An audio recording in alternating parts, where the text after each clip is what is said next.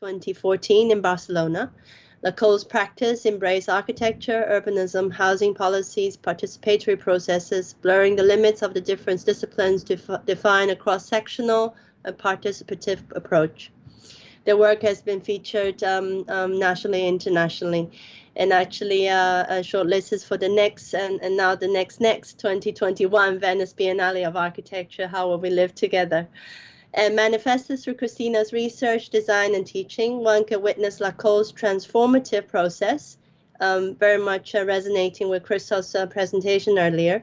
And Lacol is working both from the outside in and from the inside out. The vigilance and the care they apply move from the larger realms of the environment, the urban, and to the intimate engagements of down to housework, constantly constructing opportunities to people as active and productive agents of spatial and social transformations. And the question of how conflicts and differences can be turned into opportunities and means of negotiation, central to MPhil, is also central to Lacol. And they have demonstrated the value of architecture as construction of relations in turn that defines who we are, and that are not something given, but something that needed to be proactively construed and made through participation. Thank you, Cristina, and over to you. Thank you, Verin, for the presentation. So I share my screen.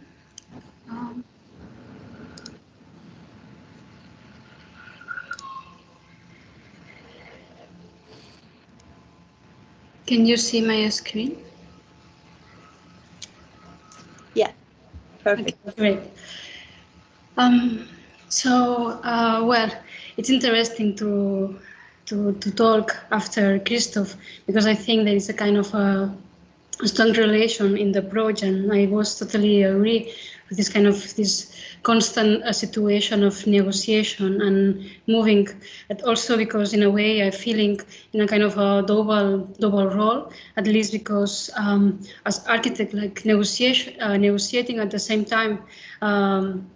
This is also kind of a personal kind of explanatory journey, because also I've been involved in the housing project of LaBorda. So in a way, all these kind of discussions and conflicts are also defining my own identity, and also in a way kind of this as a subject. As a political subject in a way. I used to call it, I used to understand some kind of the infrastructure that I'm going to talk about, starting from Lacol as a kind of a collective practice of architecture, but and the way that is kind of infrastructures that allow, in terms of production, to be able to develop our own activity in a really autonomous way, kind of experimental and always kind of more path. But focus on housing, that maybe was like the topic that related also with Christophe. During these days, I had the feeling that it's even more than sustainable living, understood in the kind of the broadest way possible, with and how housing is involved about environmental, economy, and also kind of social relations. But these days, I had the feeling that more than ever is kind of idea of emancipation, as kind of the capacity even to discuss the ways that you want to relate each other. So also, I think that in our case, or at least maybe this is a kind of also the third seminar around the city of Barcelona, following the ones that also Raul made, and was interesting also to understand this relation about the urban transformations, the social movements and the role of the society, and would be interesting to also in a way also to frame it, because for me it's impossible to understand the possibilities and the opportunities that we had nowadays without taking into account like the previous processes, even the previous experiences and memories on the city in different levels. So this is in a way a kind of really situated experience. In that sense, if we look Barcelona around like the downtown, around like the historical area, we developed like the outskirts of the city of these industrial areas where the different neighborhoods, as is Sans, where I am located, where Lacol is based. It was a neighborhood that came after the beginning of the industrial activities. So with this kind of one of the last pieces of the city without transformation, it's also important to understand in which way we as architects are dealing with a really built and dense city. So this idea of how we relate and negotiate also with the pre-existence is really important, and how this piece of the city is going to be also a place of dispute, also a mirror of the economical and the urban dynamics of the city transformation, and how this could be a kind of opportunity to understand a paradigmatic bottom-up mechanism or experience of the city transformation. So basically, Camballo is in the neighborhood of Sans, in the outskirts of the city, and as I said, from a popular and worker origin, which in a way relates this workers' past. It was also totally related with the different institutions and networks of solidarity that also in this moment they established. So the neighborhood that we have nowadays is the heritage of a history of claims and infrastructures of resistance that in a way was the seat of a really strong coalition of agents from the most radical autonomous anarchist movement, the more established in a way social centers, social neighborhoods, institutions, and also it was the opportunity to develop with the crisis and the dismantle of the welfare state and the welfare policies, the opportunity to understand how we can reconfigure, we can redefine this kind of popular or autonomous infrastructures to provide from the people to solve a kind of collectively our needs. And this is also in a way a mirror, or we can look in kind of different periods of our history, and we cannot avoid a specific and really short moment, which it was in the beginning of the civil war in the 36, where the popular movement, where the workers, collectivized many of the infrastructures in the city from the production, like Camballo was collectivized as a production site, but also cultural institutions, leisure institutions. And it was interesting because it's a not really known period, and in a way will be appear later also, but have keys and have also kind of tools and experience that could be really inspiring for the moment. It was also interesting to see how privileged location like the Hotel Ritz was converted in social dining rooms, in which way it was a total transformation of the in a daily basis perspective. So taking into account also that I know that Raul was also mentioning about how during at the end of the dictatorship, the social movement started to articulate it themselves again, and it's the when the neighborhood associations were born, they in a way started to reclaim infrastructures to reprogram or to solve the needs of the neighborhoods. And it was the moment when in Sans, the social organizations claimed Camballo as a piece of the city that had to be back to the neighborhood, had to be open, and had to start the change from the productive area to an area of facilities, schools, green areas, etc., etc. Because in a way, it's important to understand that Camballo was the promise from the municipality for to solve all the lack of infrastructure that this worker and almost self-built neighborhood had already in the 90s. So in the 70s, it was a change of the urban planning that in a way planned all this transformation. But when we arrived in the neighborhood as students in 2009, this transformation was not started. And as students, we get involved in the platform that was reclaiming Camballo for the neighborhood. And it's important, I always start from that point, because for me it's really important to understand how our relation with the neighborhood and how our relation with Camballo allows us to understand another relation as architect with the society, and also allows us to understand how this collective process are developed, which are the opportunities, which are like the challenges, how the human skills, how the time, how the resources took place, and also how the collective work and the collective participation, it's even more important than the space, or have no sense to define a collective space if behind there is there's people who have been like involved in the planning, in the design, in the thinking of that.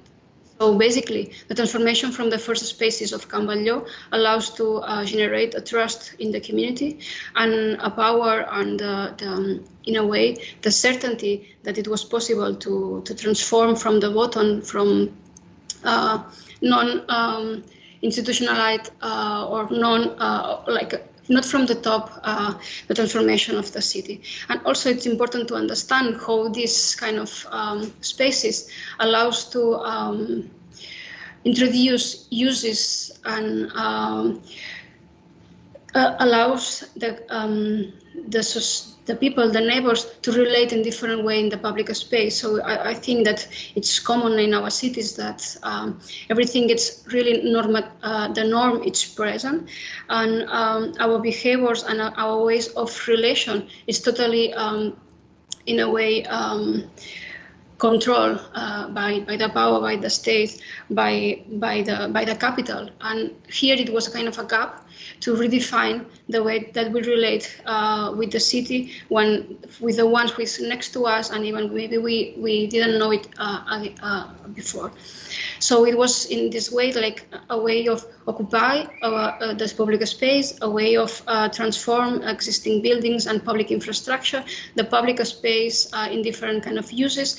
And after different years, Camballo became a piece of the neighborhood, and it's important to understand this idea is not a kind of enclosure. It's not a piece that it's as part of a specific community, kind of a really politicized community of different social movements, but get really open to the neighborhood. And it was kind of this porosity that also allows to legitimize Camballo and allows Camballo to become this paradigmatic experience.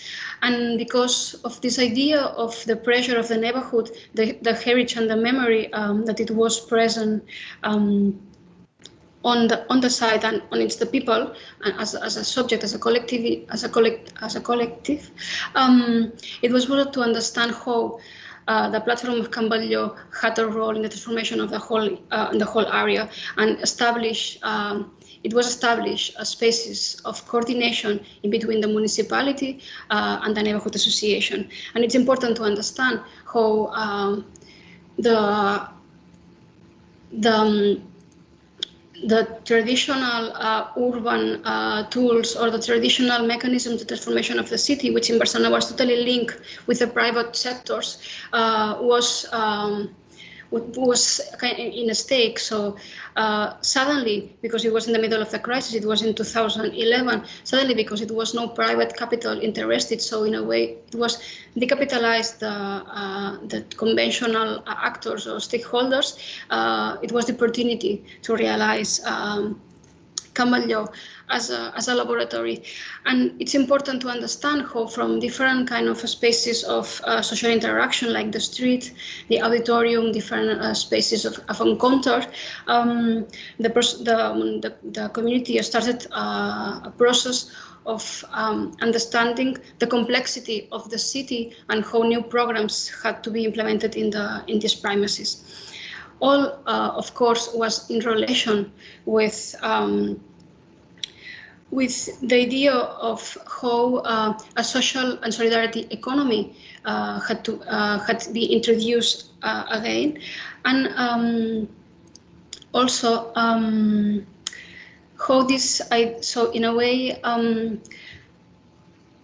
how it's important to understand that new devices had to be introduced. So it's in the moment where, as a General Assembly, understand that there is needs that has to be solved for specific groups. And in that center, in this moment is when a social economy incubator, when educational programs, and when housing as one of the main needs in the neighborhood are introduced as collective problems to solve.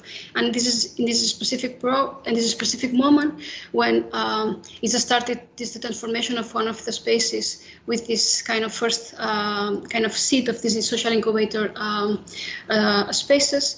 And it was the moment when we realized that this kind of spaces, in a way, it's not looking for an alternative economy.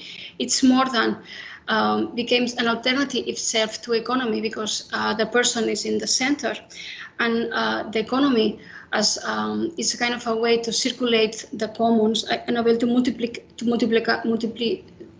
replicate and multiplicate it. So for us, it was really important to understand how Cambodia has always looking for how to expand, always looking how to replicate, how to systematize the knowledge, and to in a way not to block itself to an isolated community. And this, it was also in relation with all the cooperatives in the neighborhood where Lacol we were also established.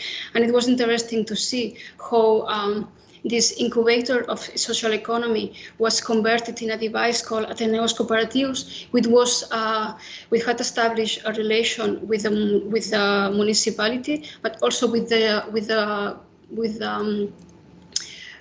La Generalitat, which is kind of the Catalan government. And this device of social economy had been implemented in all the Catalan territory. So again, this kind of pioneer experiences that took place in a specific location as Can Batlló had been spread and had in a way transformed other territories. And this is also in that sense, how Can Batlló is nowadays become an urban laboratory. It's called kind of a sandbox. And the point is now how we can also intervene in terms of sustainability. How can we understand the urban transformation really related in a management of construction and sustainability, and also opportunity of circular economy. And these discussions about the urban sphere and all the process during the last 9 years had also kind of a parallel process with the housing itself in the case of LaBorda. So I think it's essential to understand how all these experiences and our approach also is not to generate a specific project. It's not to, in a way, solve the needs of a specific community. It's always this idea of on mind to become a system, to generate new protocols. And in a way, now it's kind of the moment when I'm shift to the housing, to understand how also we can politicize the domestic realm, which is the huge power of these daily basis practices.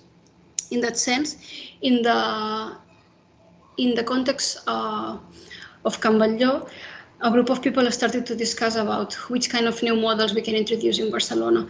So looking with the reference of Copenhagen, Denmark, also, of course, there is examples in Germany and other European countries, but also in Uruguay. We were trying to introduce a non-speculative model based in collective ownership, which in a way, because of this non-profit initiative, allow it to make it affordable and stable. So it's important because it's again the introduction of devices, like legal devices, and this relation between architecture, new protocols, the legal framework, the relation with the community, the participation, and so on. So it's important to understand also that why we wanted this mechanism to be introduced. Barcelona and Spain is basically based in private ownership. Barcelona is one of the cities with a huge percentage of intermediate tenancies, but basically we have the 65% of private ownership and the 35% of rent. But this rent is basically controlled by the private sectors because we only have a 2% of public housing. And this is, I think, this is one of the main points, how we can have mechanism to control the private when even the state has it. So this idea of introducing this kind of new model is in a way has the goal to introduce a mechanism to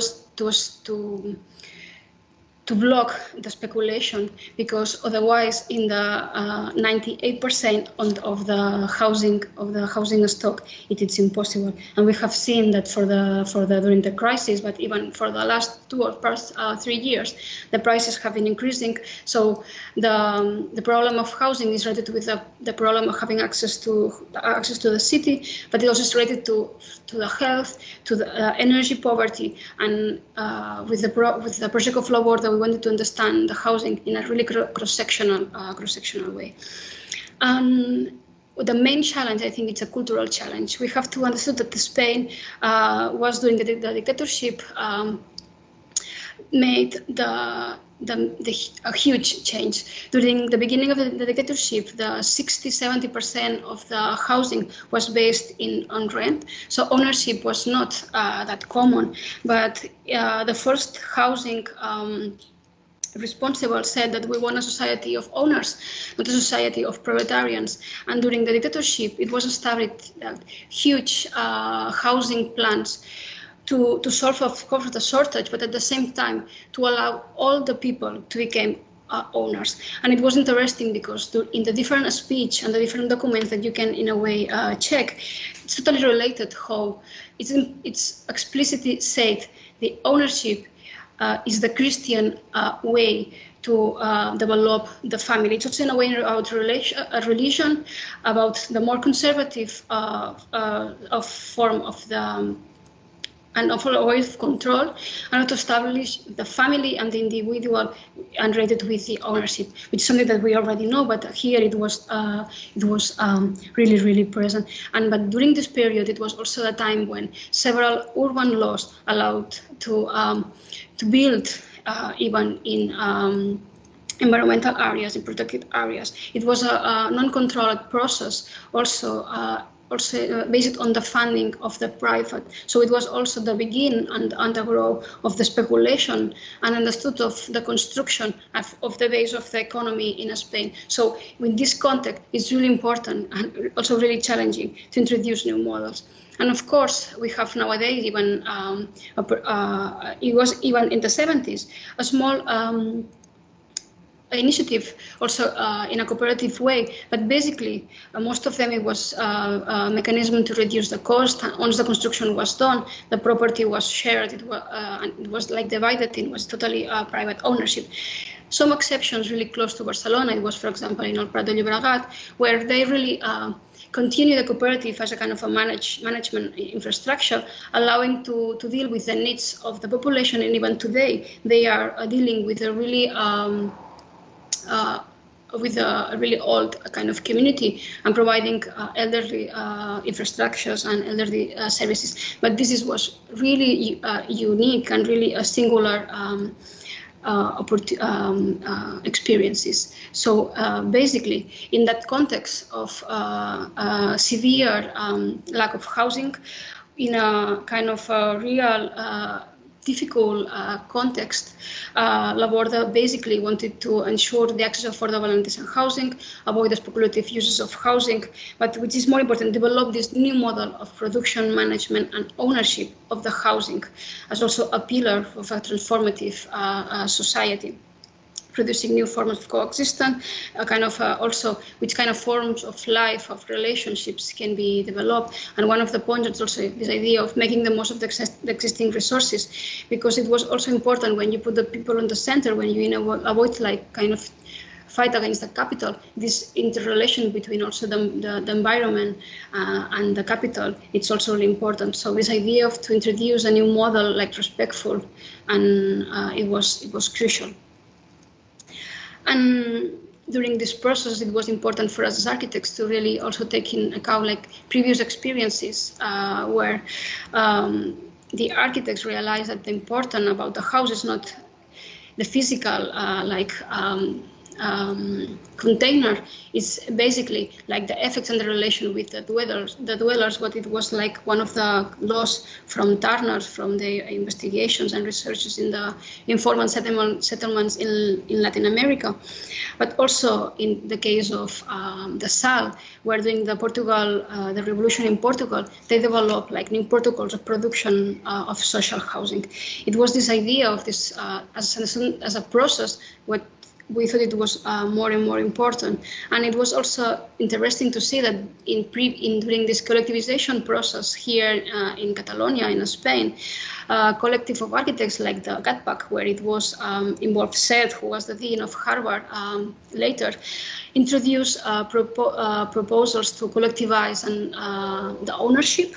Understood that without this collectivization, it's not possible to transform the urban environment, but also collectivize the construction and also, in a way, implement collective schemes for the technicians to be involved in all these processes. So I think we were again in this idea of a kind of a transversal process involving ownership models, involving the economies, and involving also our role in the discipline of the architect.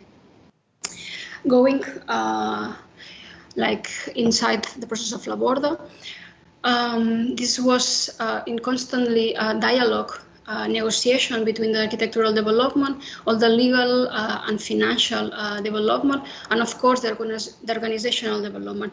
I think that it's really important to understand how forms of organization and how you can control and share the power, even with different mechanisms of rotation, and to in a way ensure that the democratic process also has an impact in the other kind of decisions. In this moment, it was also important to understand that the process of architecture had in a way a kind of interlink relation with the decisions in terms of funding, in terms of legal, because of the new conditions of this model, but also in the way that how we can approach, how we can establish these protocols of participation from the architectural project with the people, and also because of I asked Christoph about how these protocols of participation was established, because it was important for us to understand how there was the General Assembly, how we can different committees dealing with the different areas of the development, and how the architectural committee, which was a group of around 78 people, not technicians, were kind of the link, the mechanism that relates the architectural team as Lacol with all the process. And within this architectural committee, we established the workshops and the decisions and the different kind of levels of participation that I'm going to talk later. So in a way, it was really important that all the decision mechanisms or the decision-making mechanisms were totally, in a way, planned and decided by the General Assembly and, in a way, delegated to the different committees. It's also important in that sense to interlink, and it's linked that with what will happen also in Campbell, that this new model has also to produce new funding schemes and new funding and financial structures. And it's because the increase and the growth of the social economy in Can Batlló, in the neighborhood and the whole Catalonia, that we were able also to develop that project.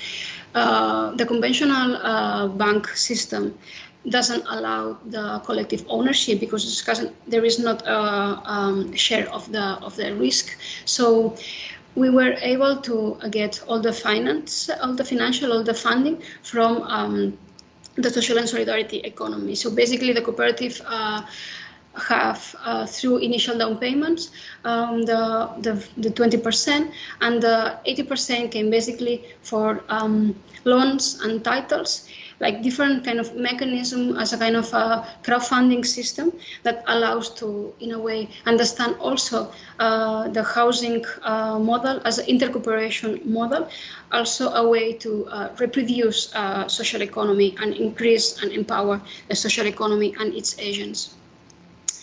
In terms of the project, I think that for us it was really important to understand which is the relation between the model and the architectural definition, and we in a way select 5 of the key points that for us it was really crucial to face, to attend, to respond. In one hand, it was a self-managed process. It was totally controlled by the user. So it was also one of the opportunities in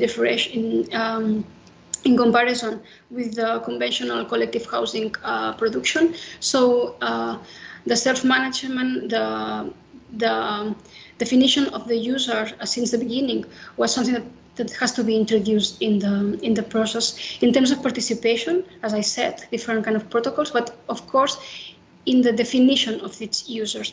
And we introduce a methodology from the housing institution to, in a way, do a survey to each of the units in their current housing to understand the kind of the structure, the incomes, the transport and mobility dynamics, also the energy poverty, so the energy conditions, and also the behaviors inside the housing. So it was also a way for us to really know the users, but even for the community to understand the different needs and to start to defining a collective subject, which is not the result of all the individual needs, but it's also a transition to understand which are the expectations, the individual expectations, and the collective need. It was also in relation with what it was Christoph saying. Probably, maybe I can feel that I need a specific thing, a specific response. But if maybe I'm the only one, or maybe because of the values and the collective problem, I can change. So we understood how this process is also a process of changing for each of the person involved, even as architects also. So with this interview, we understood how was the household typologies, how also the affordability was also crucial. So how we have to get the lowest budget possible to make it as affordable as possible, how sustainability can be introduced as a mechanism to eradicate energy poverty, and how mobility can be faced in a different way what is established. And here it's also important to say how the knowledge of the user allow us to change or to ask for the changing of local regulations. And in that sense, we have started kind of a battle of 18 months to avoid the construction of the car parking, the underground floor, and we manage. So it's important to understand how this kind of project has also the responsibility in a way to challenge the pre-established standards and qualities and provoke some kind of move in the definition of the urban housing protocols. In that sense, the second point, it was like the participation, understanding of the user, this communal life or this kind of new forms of coexistence that the community wanted to produce. And in that sense, how this impacts in the definition of the collective housing programs. So in which way the community had to define like which kind of the spheres they want to collectivize, what means for them how housing, which kind of activities can be in the most private, intermediate or public spaces. And here we start this kind of work to define all this kind of intermediate, because also it was important to understand that as we want to make it affordable, we cannot reduce the number of housing. So the community areas came from the collectivization of areas that are kind of conventionally, traditionally considered private. And this is kind of the ratio that we said that more or less maybe we reduce around 10% or 10 square meters per unit to have around this 280 square meters of community areas. And this was possible to understand also the relation within the neighborhoods, like there's different levels of interaction with the community, with different kind of groups of shared needs inside the household, and finally understand as the user. Because in a way, it's also this idea that we don't want it to make kind of islands. And also, LaBorda was part of Cambodia, which have common infrastructures. Cambodia is part of a neighborhood that also have kind of public kind of facilities like a library. So we wanted to, in a way, also like maybe focus on this domestic realm and understand how like the daily basis practices can be kind of really transformative, and how take care of kids or how just cook could be really powerful and help to redefine our own subjectivity. So, and this is a really quite of easy schemes that in a way it's part of this information that we generate to talk with people in the different workshops. And we understood also participation as a way to empower, which is a word that maybe it's kind of really overused.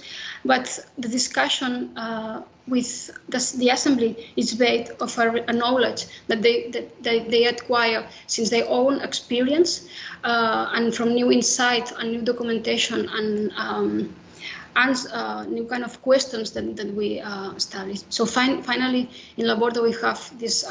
And you already, the students from Projective Cities, you already visited. So kind of this, the kitchen, this kind of economical spaces in the ground floor, this multi-purpose room, laundry, guest rooms, health area. It's important to understand also how this kind of infrastructure sometimes had been open to the neighborhood. How when there is an eviction, the guest room, it's also a space that they can use, and also how the health area. It's based on there is a intergeneration. This is an intergenerational community that the needs are always changing, and at least like the 20% of the units are around the 55, 65, so they are facing a more vulnerable period of time where they will need the care of the body that we are also will have to face. So. And also in all this period of discussing about the program, it was important to understand also the gender roles, this idea of production and reproduction, and how we can establish new kinds of dynamics and of cooperation inside the domestic sphere. And at the same time, how all these kind of collective programs can produce a reduction of construction, but what is most important, a reduction of consumes, kind of, which is the environmental effect that can also be can gain through the collectivization of spaces. And with the conviviality committee, we were also always working to understand like the different scenarios and how, for example, the laundry had this impact in terms of saving water, electricity, etc., in terms of the kitchen, which were the time saved, and how the balance between the gender distribution of the cooking task is managed. So in a way, it was interesting to discuss and to be more and more aware about the impacts of this kind of habits. The second step was to define the environmental goals. As I said, as a community, it was really important to establish LaBorda as also a pioneer project that puts also in the center the impact of the construction and the impact of during the life use. So we can reduce the energy consumption, the cost, and make it more affordable, and to eradicate energy poverty. But also we have to we make it, or at least as a community, we wanted in a way to demonstrate that it was possible to build in another way when the benefit is not in the center of the development. So basically, collectively we define which are the the realistic goals that we can manage. So basically, with our budget, we were discussing about how we can really reduce the energy consumption, kind of really doing a passive building. In terms of water, we didn't manage with our budget, but of course with materials, it was also opportunity to experiment and to take risks. And in that sense, we decided collectively to implement a wood structure, which was not that common in Spain 6 years ago. No? So basically, this environmental definition of a passive infrastructure was totally present during the configuration of the building. As we're also there, it was this idea of this transition from the public. So this idea of how we can, in a way, urbanize in height, so how we can generate or expand this threshold in between the private and the public with all the common areas, all these different corridors or courtyard. And this is also an idea that came from the first workshop with the community and from a solidarity, from a traditional example of the south of Spain called Corrales, so that was present to the different kind of environmental performances of the building.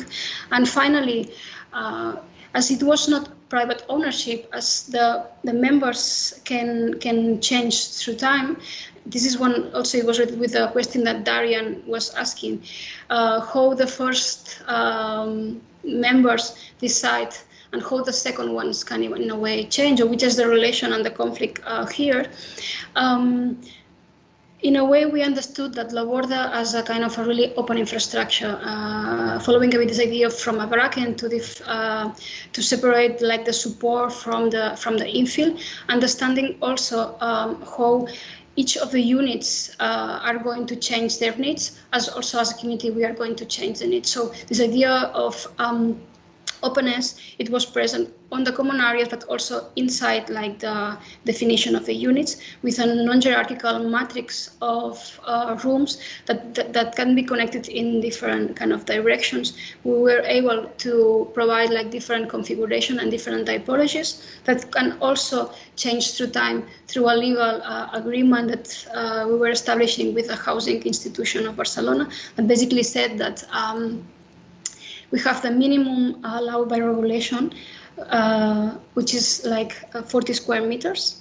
And then these different rooms are common areas of private use that the cooperative can manage and can relate to a unit in a specific moment in time. And you can also change, even have this continuous housing. So in a way, how we can break the limits of the individual unit and spread this kind of configuration of the domestic through the whole housing. So this was some of the ideas that was present here, but totally related with this idea that this is collective ownership and the user is going to change through time.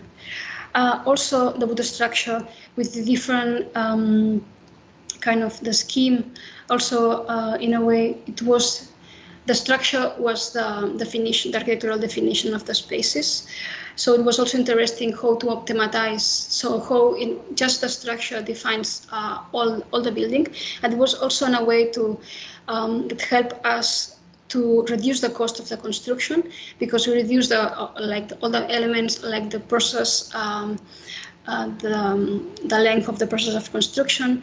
And it was important to understand also in terms of environmental definition, insulation, etc.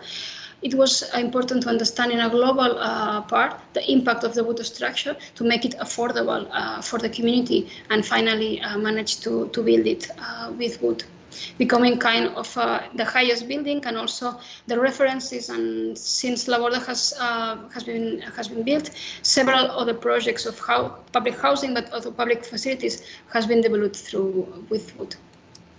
And this idea of defining the steps of participation. So once you have this open infrastructure, each user at the end of the project can decide about the position of the kitchen. And finally, once during the use, they have this kind of the appropriation, because they are kind of non-hierarchical and non-defined spaces that can be used in different ways.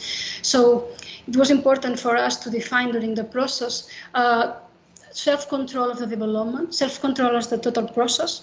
We call it collective design of the main strategy, environmental goals and program.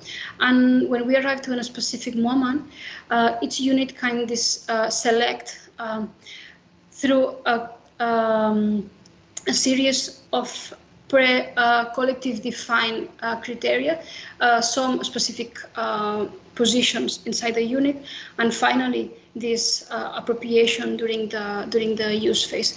And in a way, it was for us as architects important to define these limits, because also make really easy to propose the discussions in the assembly, and for all of them understand from which perspective as a user can you talk about the whole the whole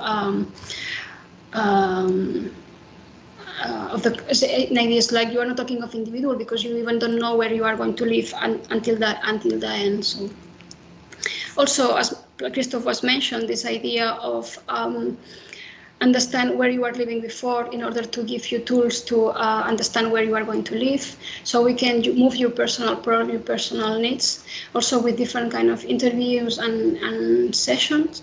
And this moment where we, in a way, distribute people and having this different configuration of different sizes and relations in the building.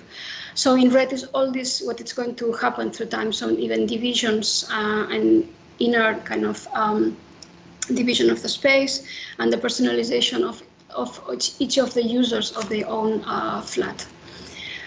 In that sense, to reduce also the cost, different strategies of self-construction, even phases of construction, and the definition of the standards, it was also really interesting to be introduced in the project. And finally, I don't want to, in a way, to talk about too much about like the final outcome. In a way, I think it was more important for me to, in a way, highlight some of these kind of main decision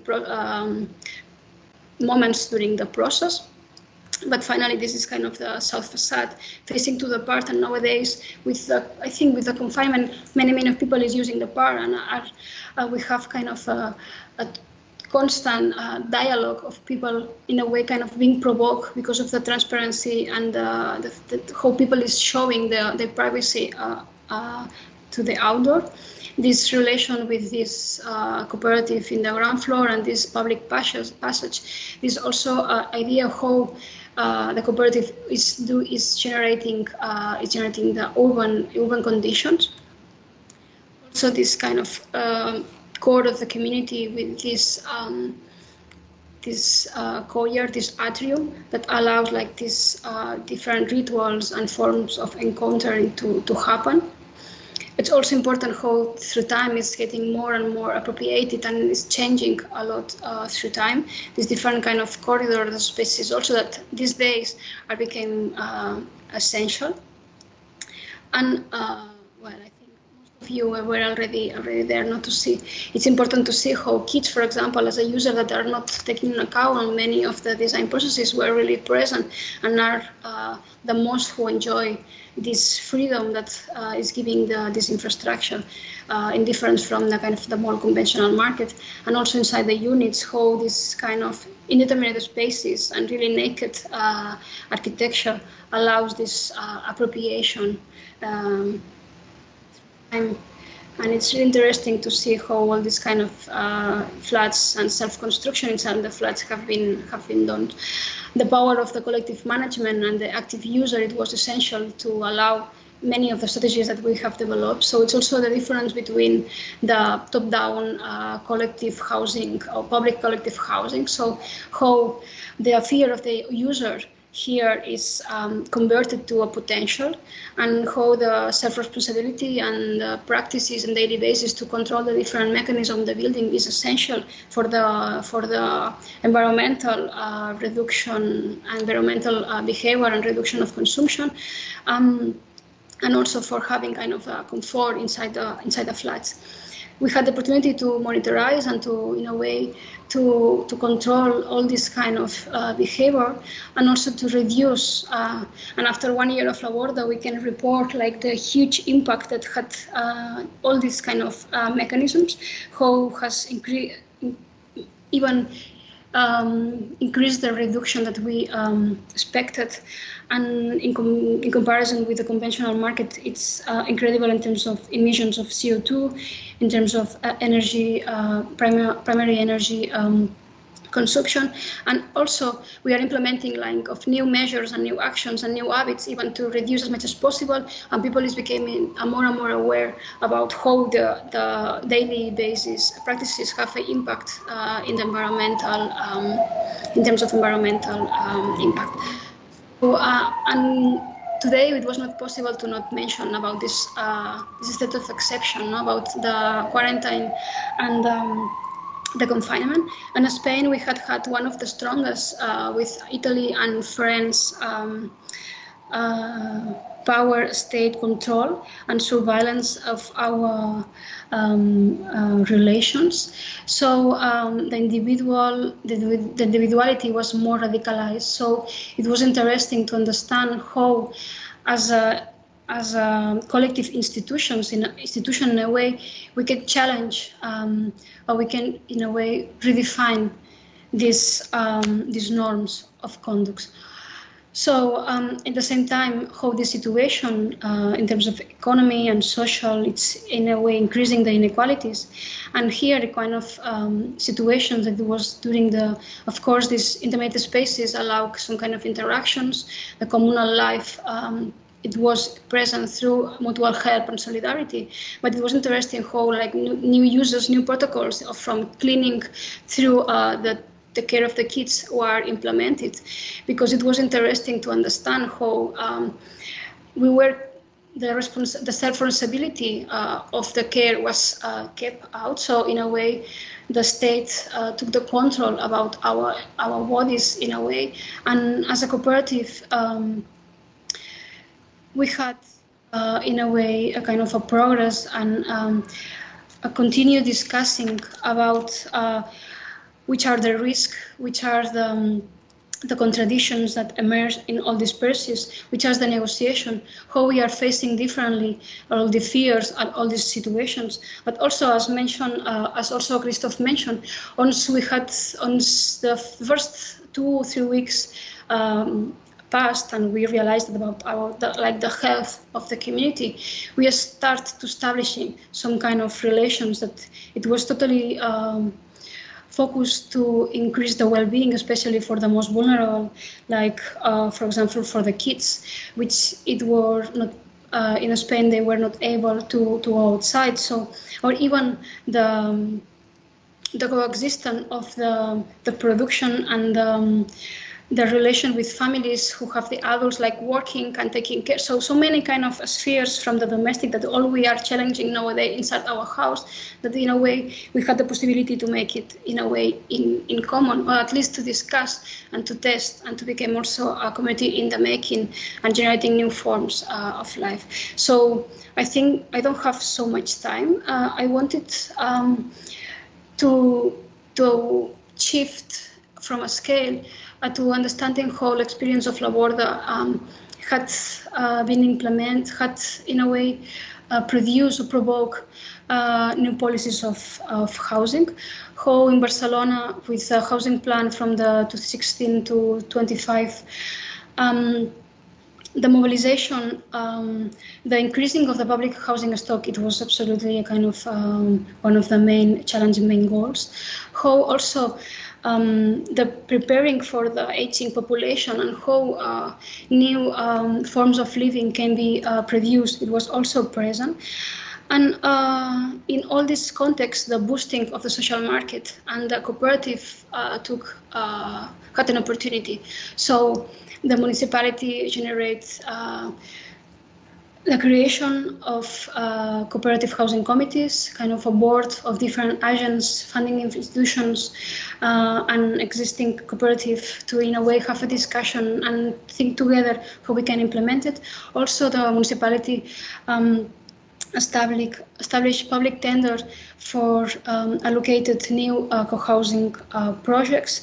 We had the opportunity to, in a way, to test in these new plots these kind of the same principles in a way, this kind of idea of common life, participation, environmental effect, etc., open infrastructure. So it was interesting to see how with new communities we can in a way systematize the knowledge and do kind of variations from the same kind of values.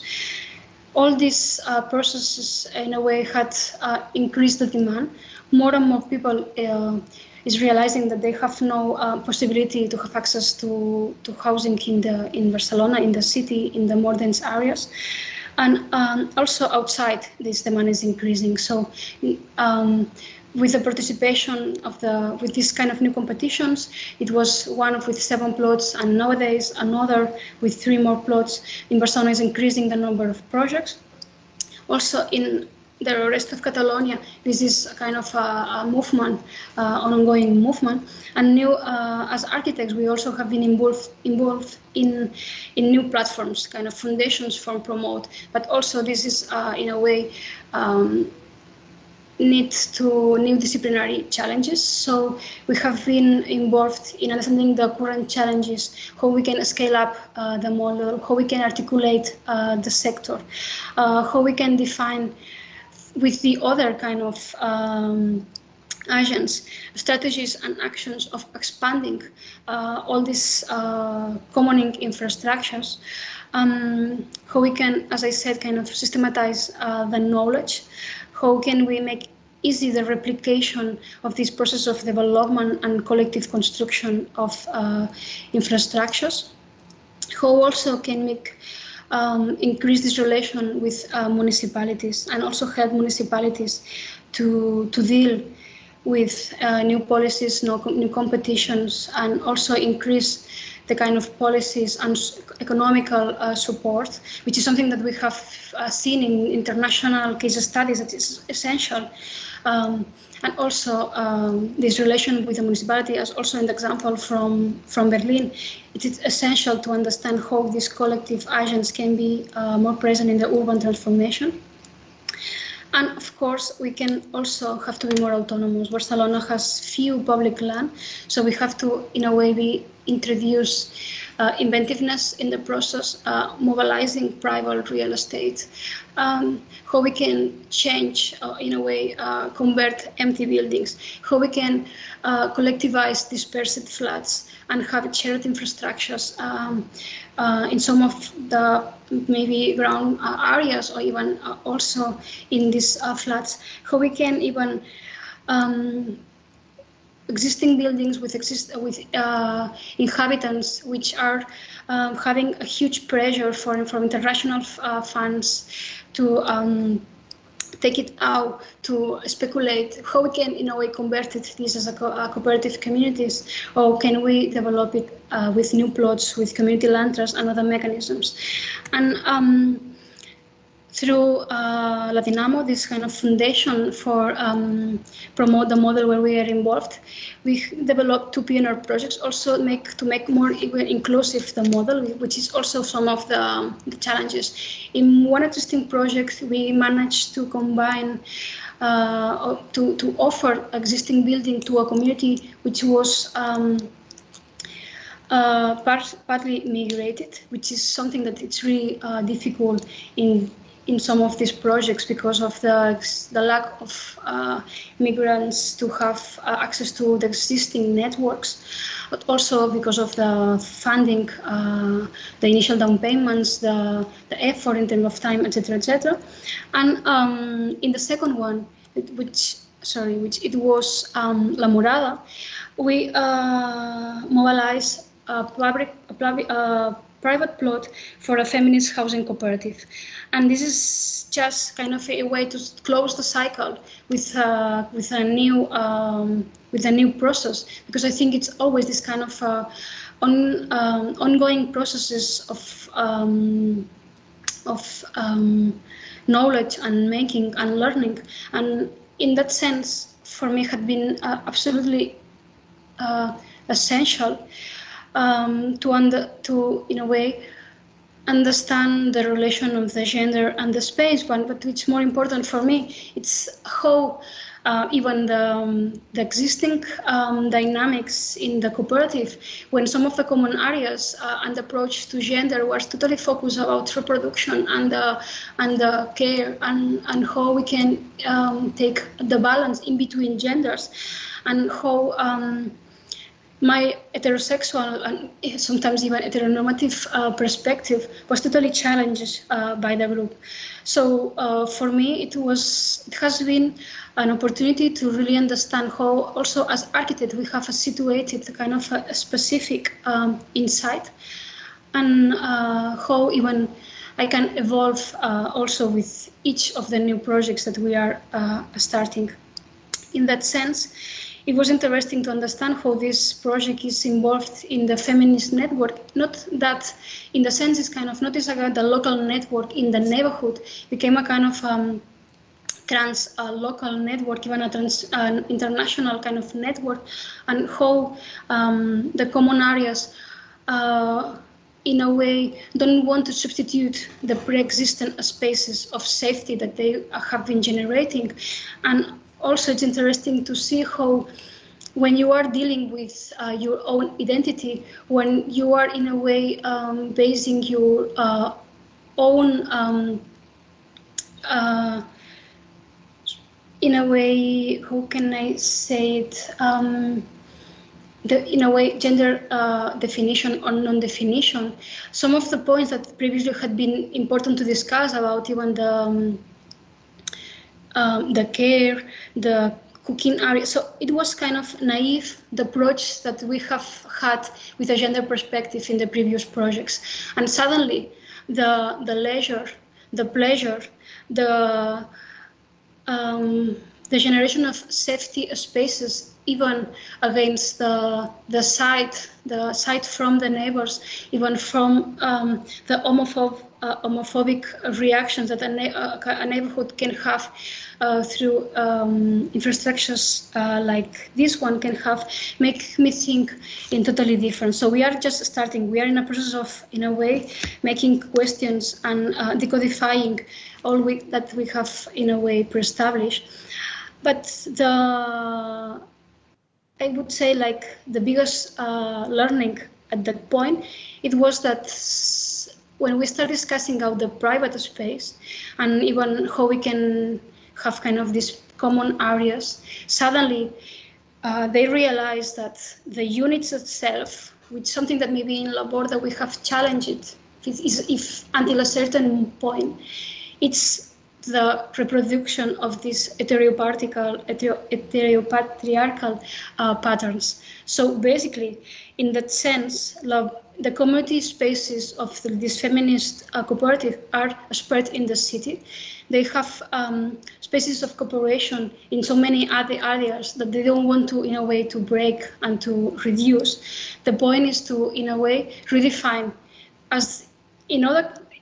As is really typical maybe in Switzerland, for example, with the different cluster systems, but it wasn't not that common here. So in a way, through different kind of scenarios, they realize that is this knowledge of any of the users and this how they are defining themselves, but basically, which is this relation in between the different units, what they are, in a way sharing, and how we can generate a really powerless domestic structure. And in the sense, the sensibility that they have to hear about the different approaches, because they have kind of a really individual needs, life forms, etc., make it really interesting for me in the way that we can even define this this support that allows this community to develop. So just to finish, I had this kind of image from the work from Elgrin and Draxet, which it was called like this changing room without gender, but basically how this kind of powerless structures. And it was really important these days with the conversation that we had with them, how they are even trans. So for them it was a kind of a discover. never before had the opportunity to understand the way that they are living inside the specific units and housing. So they are transiting in a kind of a transition of understanding the kind of internal relations, but also we are transiting in the sense of, at least I, as a woman and an architect, I'm really like decodifying my way of understanding the power structures of a space. So I think it's kind of this never-ending process of learning and discovering the power of this kind of collective infrastructure in the urban definition. So yeah, I wanted to leave it here. I think it's more or less 1 hour here, so. Thank you. Thank you, Cristina. This was excellent. Thank you so much, as always. There are a few questions from YouTube chat, but I think we should first open it for questions here, and then we can discuss some of the other questions. Who wants to start?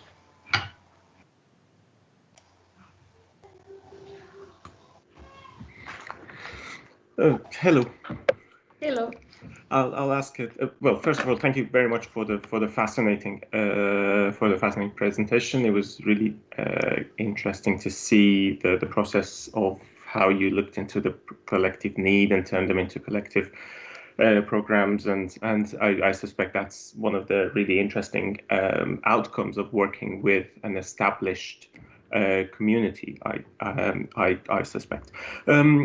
Since you have referred to the first project as an urban laboratory, I kind of want my question is I suspect that you position yourself as or your collective as an empowering agent for the community.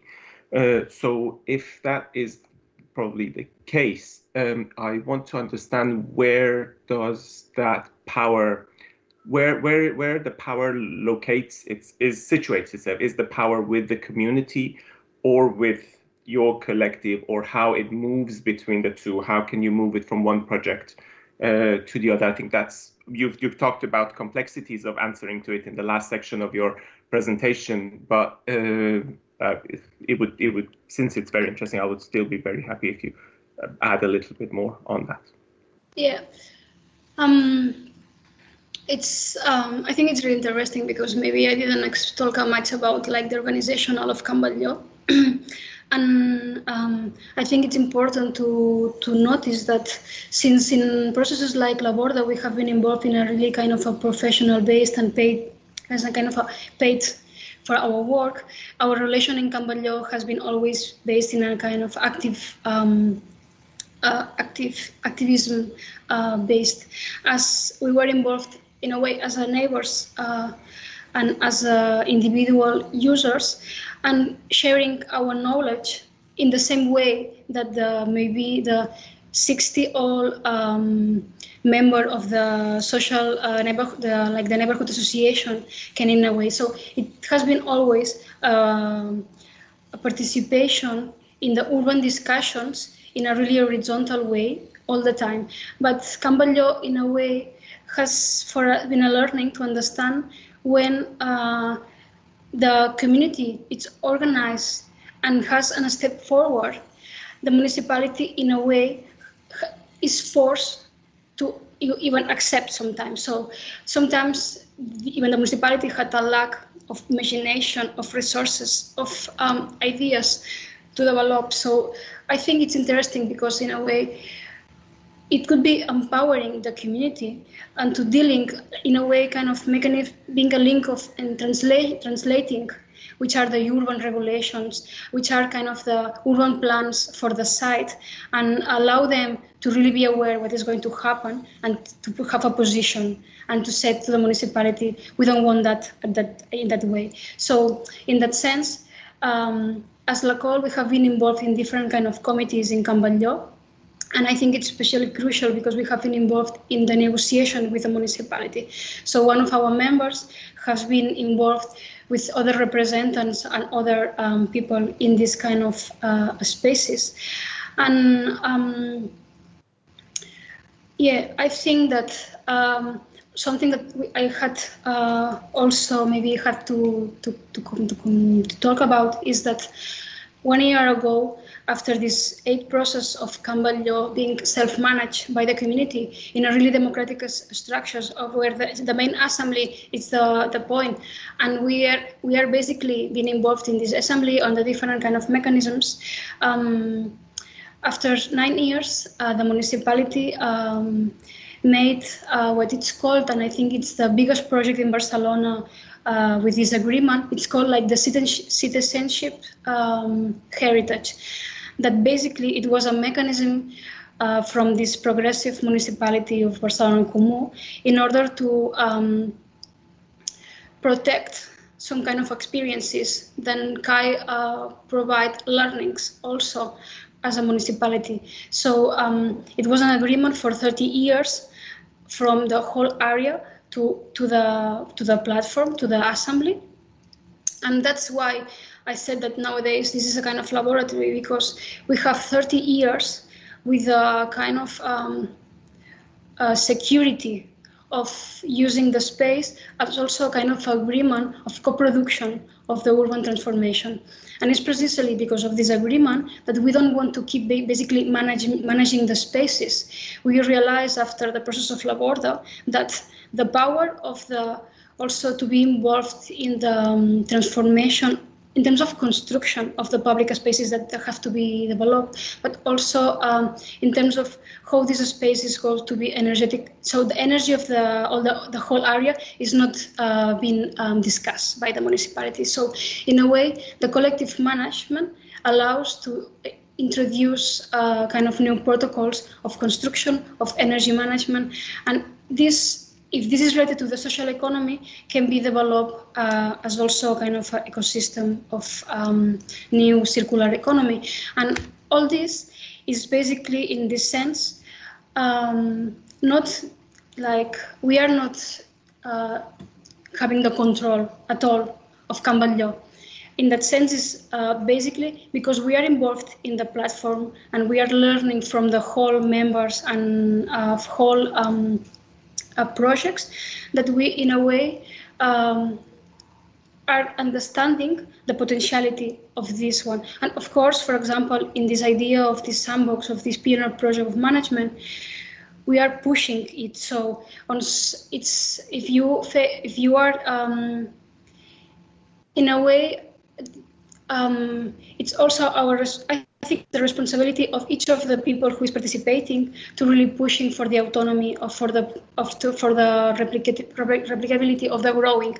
And in that sense, of course, we are sometimes pushing for discuss more and more and to increase the potential of the initiative, but in a really kind of horizontal and non-hierarchical basis, which this is not the case of this kind of new institutions or new tools or devices as like the foundation, where we have been really active and we take an active role as architects in producing housing plans for the municipalities, etc., etc. But I think it's always a kind of exchange of knowledge through the activism to the professional spheres, which I think this is where we are learning from.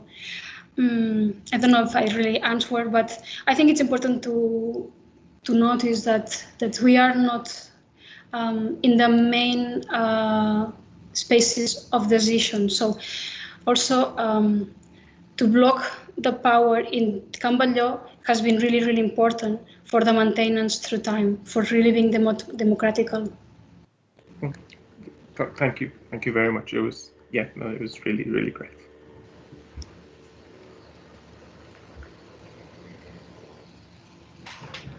Any other questions?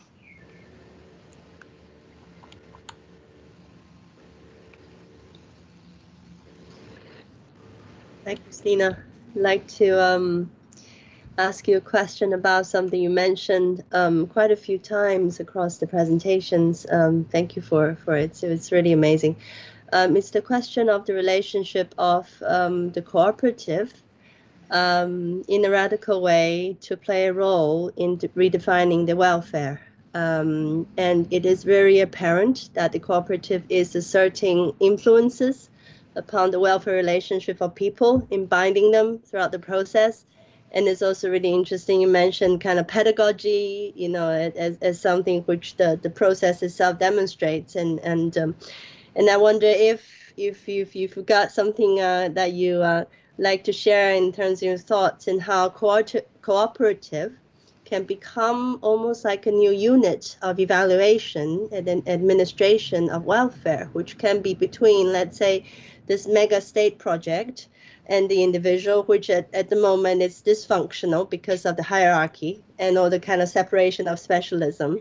And cooperative, as these kind of, through the process of formation, start to have reliances, interdependencies, and possibly different specialism as well, and how they start to play a role immediately in the sense that looking after the aged, and if you have a sort of moments of problems or of social problems and you need fostering, and it would be the immediate circle that you look for help would be within that cooperative. And that can actually start to play an effect at a larger scale, even to the sort of scenarios of financing or administrative power that the co-op can take on board. Do you see that as a potential that it can play? Exactly. Well, I think it's interesting because in that sense there is even a political discussion where the left, the more radical left parties sometimes are even not agree with the cooperative movement because they really want to control from the state all this kind of welfare provision. But at the same time, it's interesting to understand this dichotomy, and we are always kind of having these contradictions.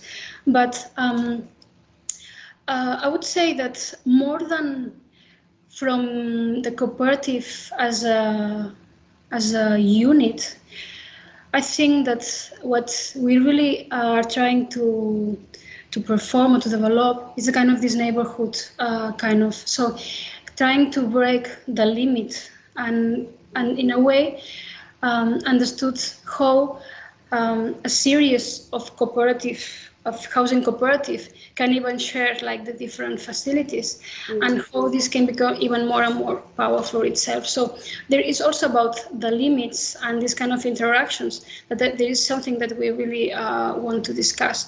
But of course, I think that even these days and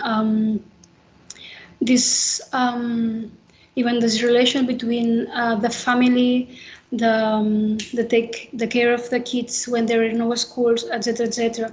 During these days, it's present more than ever. This absolutely role of the community to, in a way, understand the specific needs of the user and give a collective response.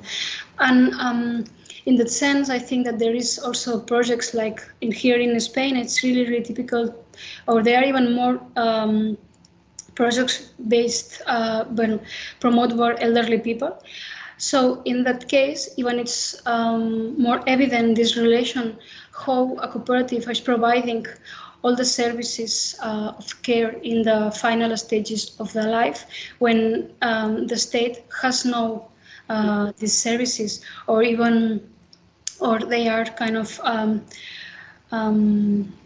totally so kind of the people has no control in terms of the different ways of the care, etc. So in that sense, absolute. So the answer is absolutely. In a way, we think that people is getting more individualized, and in a way, there is kind of understanding from the cooperative movement that there is no dichotomy between public and even cooperative. We are always talking about how we are producing public in a way. So how this collective definition of the public and the importance of this kind of attitude. So in a way, we call it about sometimes of co-production of or even public cooperative production, but at the same time, it was this idea even in Campbell law that there is no this dichotomy that the municipality is doing the public, and we are doing kind of private things. We are doing something that it's for the benefit of the community, and it's so all these kind of discussions are really present, and it's interesting that you appointed that, because I think that at the same time this kind of infrastructure are providing the potentials are not expected. So once we are living here, we can realize that we can connect with a specific cooperative of energy supply. Suddenly we have also internet for an alternative network. So suddenly we can consume in this cooperative of organic, etc. So in a way, it's expanding the welfare services. In a way, it's kind of having the control in several spheres of our life that we didn't expect it before. Like, so in a way, it's always a kind of surprising and multiplying. Yeah. Thank you.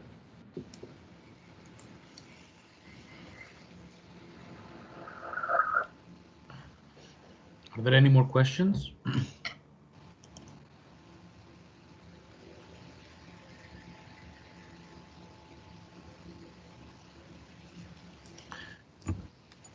Cristina, shall I pass a few questions from the YouTube chat then? Okay. Nerma, do you? Sorry. Yes. Thank you for another fascinating talk. I wanted to ask you a similar question to the one I asked Christoph. Has the current crisis merely highlighted kind of existing issues and existing problems, or has anything arisen which is particularly new and you didn't come across before?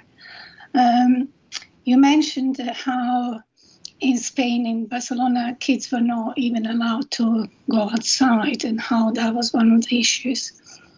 And I know that also the elderly had different times in which they could go outside and nobody else. So if you could expand on that. Yeah. I think that from our perspective as a cooperative, we have developed kind of, I think that like there is kind of different layers of analyzing this situation. First of all, of course, kind of there is the physical infrastructure that in a way it was thought to produce encounters, and during this period, kind of the open terraces has this kind of visual relation that you already mentioned. Of course, like the windows, like the kind of this porosity of the building is promoting these interactions. Also, these common areas are being transformed in gym or schools, and this kind of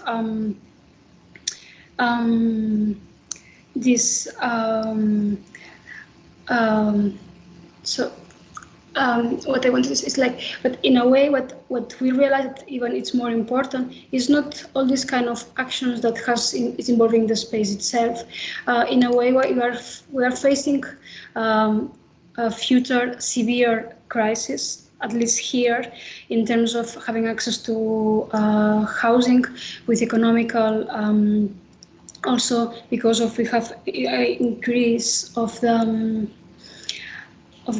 or in that sense, I don't find an English word, sorry. So, but basically, this kind of solidarity funds that we have. So we are also nowadays starting to reduce the monthly fee for some of the members. So in a way, the stability and the support of the community goes beyond the physical infrastructure, and I think nowadays has been even more present than ever. Like the security that you have, like the stability that you have to be in a cooperative, allow to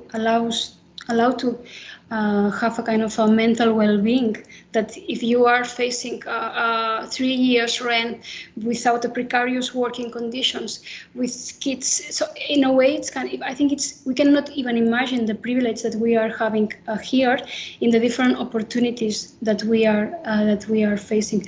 And of course, I think we were a really young community. We had only 1 year and a half of conviviality, of coexistence before this kind of situation, and we all saying that we are in a way facing a lack of a kind of even experience itself, new forms of organization, and we have developed even a spaces of emotional discussion, even to talk about the fears, the different vulnerability conditions, how all people is using the spaces, how kids are using the spaces, how new protocols of cleaning are developed. So in a way, I think it goes beyond the physical infrastructure, the capacity of a community to organize and to, in a way, battle against these kind of situations of confinement. Thank you.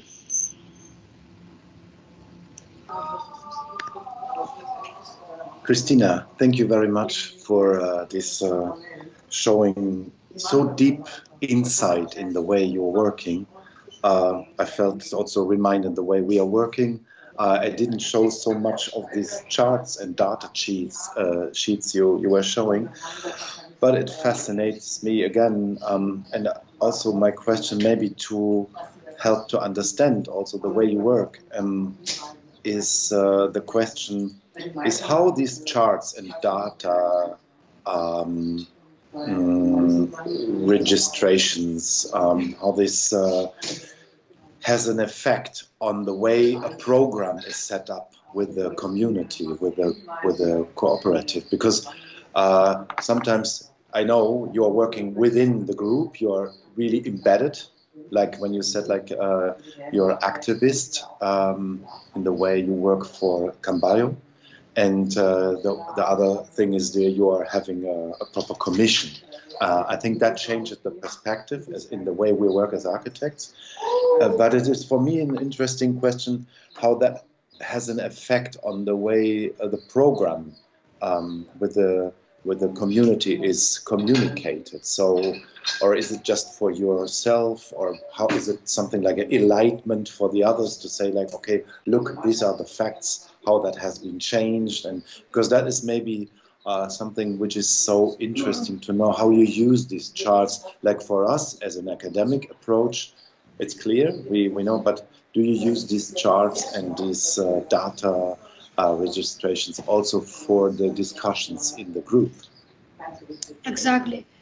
So in a way, as I was saying, this idea for us, the participation started in the sense that we gave as much information as we could, in the sense that this hierarchy between the technician and the user is based on the knowledge itself. So this idea to make the user able to discuss is to share it. So in a way, all the simulations and all the data was also totally studied or developed in order to bring this information to being evaluated an asset for the community in order to take the decisions. And for example, so in that sense, like that, I don't know, the thermical simulations and the energy consumption simulations allowed the community to invest, to increase the insulation and the quality of some of the windows from the north facade in order to reduce the difference from the future use, or even to readjust the monthly fee from these flats who are going to use more heating systems. So in a way, also this information provokes discussion on other levels of the management, which are really important. This is at least in terms of design, of course, for this idea of the laundry or the kitchen, which are the social economical impacts. It was really important in order to understand, because of course, all these kind of changes means, so all these kind of spaces mean a change of the habits. So anyone before have been living collectively. So also you have to understand, because it's a process of getting more confident with the community, also of trust. And in that sense, I have the feeling that all this information makes easy to realize how you have to move in your kind of personal kind of changing of progress of your process. For example, it's sometimes funny to see how the boot structure, maybe it's kind of the most risky decision, had it was kind of a really easy, but suddenly to not have gas inside the units, which has an impact in terms of ventilation and energy demand, but has a change in your habits of cooking. It was the most difficult decision that we have to take. So sometimes our kind of priorities, or even our kind of scales, what is important sometimes for us is not the same for the people. So in a way, having all this kind of information allows to generate the discussion. And nowadays, the data, it's allowing for us to ensure that there is a quality, because, for example, when you have a really kind of passive building, really close, etc., and it's totally managed by the people, you have to control that the quality of the air is correct, etc. So each time we have a kind of reports just to see if like the monitoring says that everything is okay, and also to control the different costs and well, etc. So in a way, it's for the taking decision, but also at the same time to ensure the correct behavior, because I think in a way it's a kind of an organ, it's a kind of a machine that, and also here it's important because our role as architects, it's not finishing when the building is already finished. So we have to produce manuals and also kind of protocols of appropriation, but also at the same time like follow from different kind of periods of the year, like spring, summer, winter, etc., to understand if everything goes well. So well, basically, I think information is crucial, and this is how to share it. It's also how to be really democratic, no, in that sense. One last question from me, because it's an extension to the last question.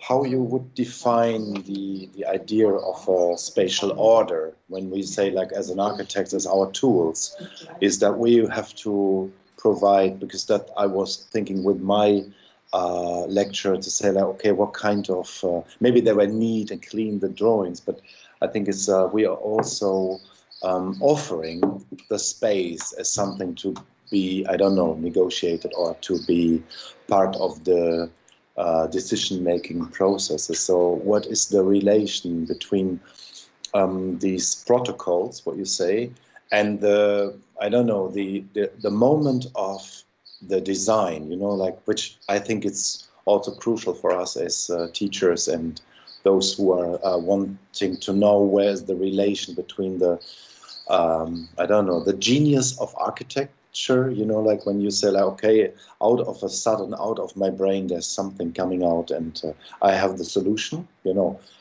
I definitely think you're not believing in this, and even me neither. But I think there's something like, where's the point where you start as a group of architects, that would be very interesting also for me to know, as you resume or assume to come up with a proper spatial what's it called, like, proposal.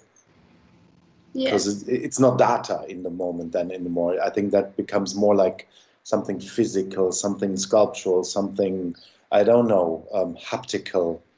This is my question, like, how is the relation between these informations, the collecting of information? Because we know that really from right from the 90s, where the convincing machine of super Dutchness, you know, like when we learned that all from the Dutch, from MWRDW, all these manipulating information. So like, okay, if you collect all the information in the end, there must be something, we haven't forgot anything in the end, you know. And that was for me my last question, like how you relate your spatial work, your space work, to this procedure of a very delicate protocols, really delicate diagrams you're doing. Sorry, it's my daughter singing. Yeah, these days here also in the world it's full of kids. And well, I think that in that sense, this has been also kind of discussions and contradictions even itself, Lacol as a cooperative, which some of us are kind of, even I'm sometimes really critical in the how participation defines specific, so in the sense that once you reach all the technical information, which is the capacity or the possibility as a community to define the design. And at least in LaBorda, that's why I said sometimes that it was kind of a collective design to set the parameters, because it was all the discussions around like the environmental goals, the program, etc., really like defined collectively. But I don't believe that it was that level of participation in the definition of the physical infrastructure. But at the same time, because probably this kind of environmental kind of data also in a way gave us less possibility of design in a way. So sometimes I think it's a kind of a negotiation, even as architects, this kind of all kind of a consideration of the design itself without constriction. But in a way, I think it is as so the constrictions are so big that you are really framed in the and I think maybe here it's also our discussions are in that sense. No?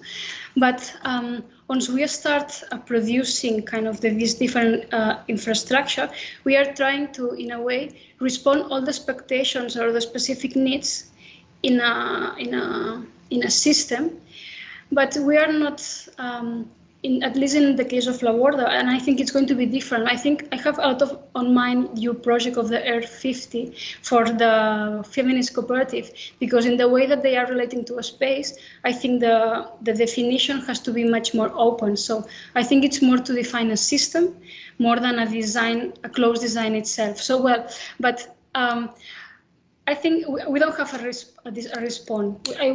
Some of the members of Lacol would say that once you finish the information process, the design has not to be, in a way, contrasted. I'm not sure about that. Of course, I think the main strategies came from the assembly. But, well, sometimes I have the feeling that the process constraints has more power than even our hand, in a way. I don't know how to say it, sorry, but yeah.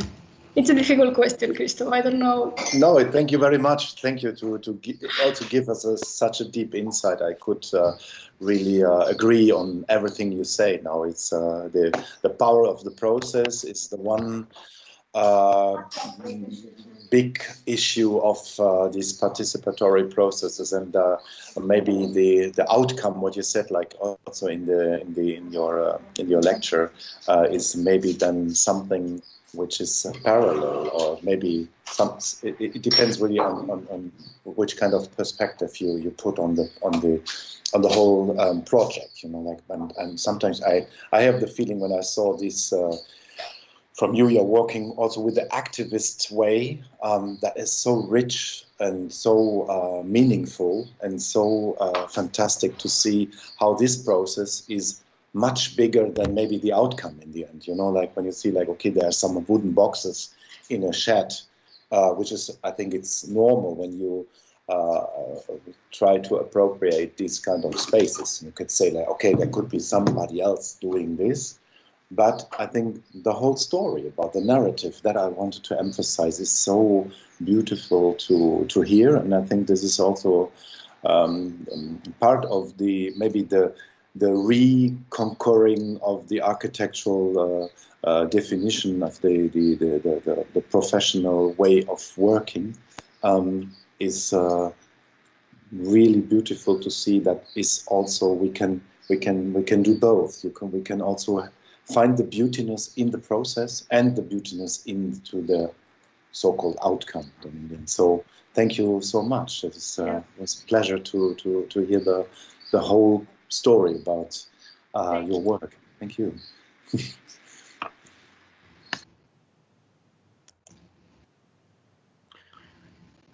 I think we should wrap it up. It was amazing to have you both this morning. We're very, very grateful to both of you. We had an amazing conversation, and I think we will have many more chances to talk about. Oh, hello. Many more chances to discuss and talk and develop projects together. I'm very, very, very happy and grateful for both of you. Okay. Doreen, do you want to say something? No, likewise. Thank you both. Have a lovely afternoon. Yeah, thank you for this invitation. I hope it was not too long for the audience. I think everybody would starve now. Had to put some food, take some food. It was really a pleasure to meet you in this circumstances, and I hope we meet again, and hopefully then physically, once in Barcelona or in Athens or in Berlin, whatever, Yes. Or all three, one after the other. In London. Not in London, yes. I wish everybody now, after this long session, a good recreation, good thoughts, and I wish the whole seminar good luck. Stay healthy, and I hope you will finish the semester with beautiful thoughts. And it was a pleasure to meet you all. Thank you. Thank you. Oh, thank you. Very generous. Thank you. Bye-bye, everyone. See you all soon. Thank you. Bye.